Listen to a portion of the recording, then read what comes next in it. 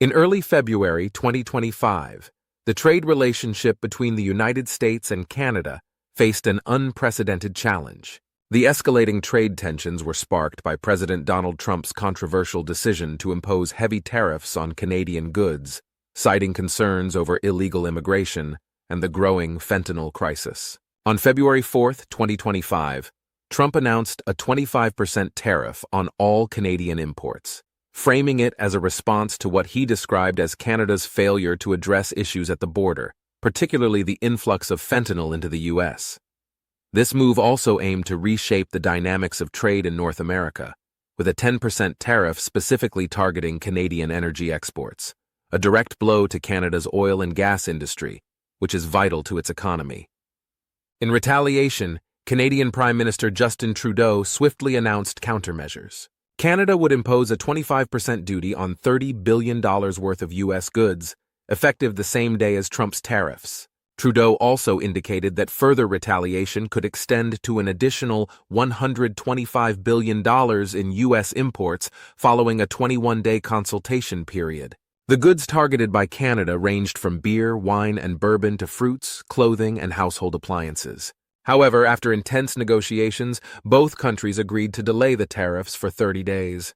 Canada also committed to bolstering its border security, including appointing a new fentanyl czar and collaborating on a joint task force to combat the trafficking of illicit drugs. While this temporary reprieve averted immediate economic fallout, the situation remained fraught with uncertainty. Economists warned that these trade measures could have long-term consequences, particularly given the deep interdependence between the two nations. The U.S. and Canada share one of the world's most integrated trade relationships, with goods and services worth hundreds of billions of dollars exchanged each year. Any disruption could trigger ripple effects across industries, leading to higher consumer prices, supply chain disruptions, and market instability. One of the most impacted sectors would be Canada's oil industry, as the U.S. is traditionally its largest customer. With the looming risk of losing this major market, Canadian oil producers turned their focus to other international markets, particularly in Asia.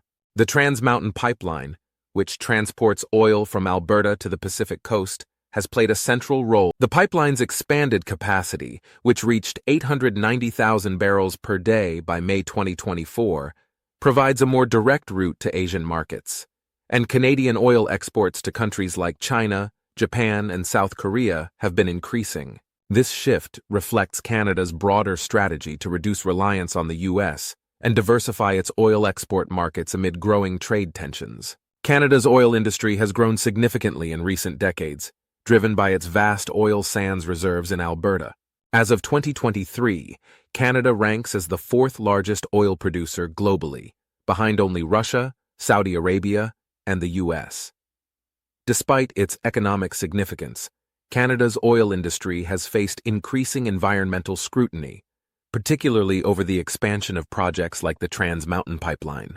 Critics argue that Canada's continued investments in fossil fuels undermine its climate goals. The country has set ambitious emissions reduction targets and implemented policies like a nationwide carbon tax, but the tension between economic growth and climate action remains a point of debate.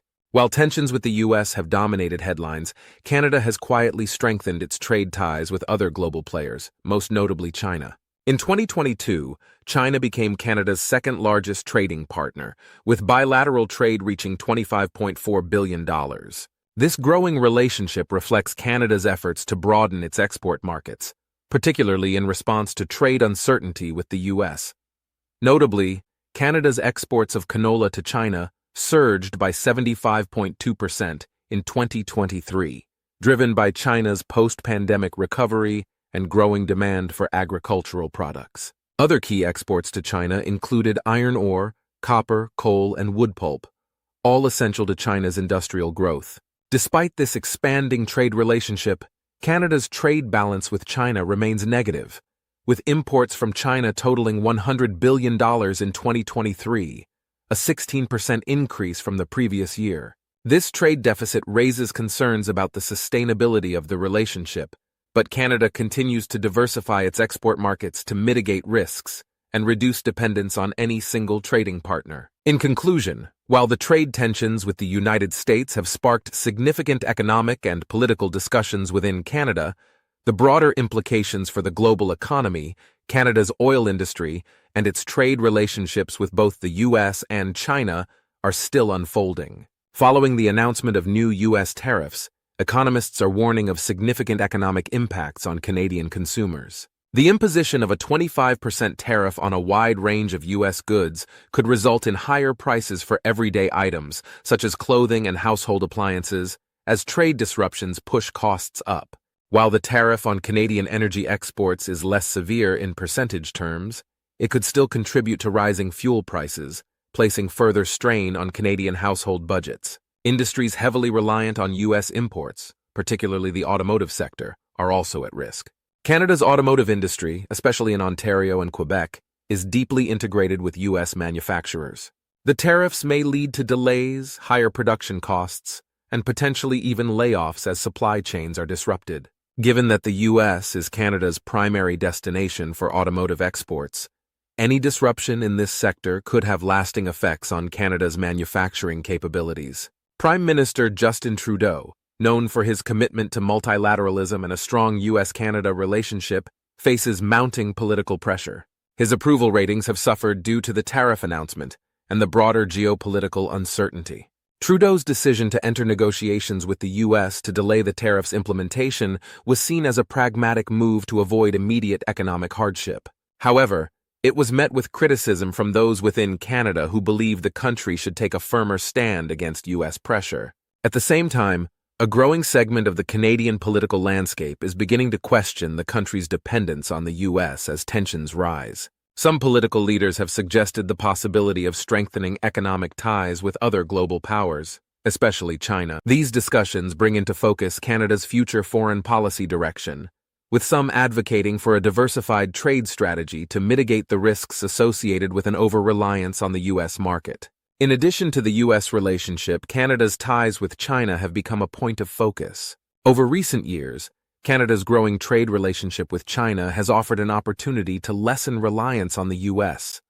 But this shift also exposes Canada to the complex geopolitical tensions between China and the U.S., which have become more pronounced. The prospect of deepening economic relations with China has raised concerns in Washington, where officials view China's expanding influence as a threat to their global standing. For its part, China has shown a keen interest in maintaining and expanding its trade relations with Canada. In addition to purchasing Canadian oil and agricultural products, China has invested significantly in Canadian real estate, mining, and technology. While these investments deepen the economic interdependence between the two countries, they also bring challenges. Canada's increased ties with China put it in a delicate position, balancing its interests between two major global powers. Looking ahead, Canada's long-term strategy may involve diversifying its trade relationships even further to reduce its dependence on both the U.S. and China. A prime example is the completion of the Trans Mountain Pipeline expansion in May 2024, which aims to open access to Asian markets, particularly China, for Canadian oil. However, this diversification comes with its own challenges. Canada's commitment to combating climate change complicates efforts to expand fossil fuel exports, with the country aiming to reduce its carbon footprint through policies like a nationwide carbon tax. The Trans Mountain Pipeline, which will increase oil exports to Asia, has sparked debate between economic growth and environmental sustainability. Environmentalists have criticized the Canadian government for prioritizing oil exports over climate action, arguing that such projects contradict Canada's long-term environmental goals. This ongoing debate will continue to influence Canadian politics and policy as the country seeks to reconcile its economic interests with its climate commitments. As of February 2025, the U.S. Canada trade dispute remains unresolved, with both nations engaged in ongoing negotiations.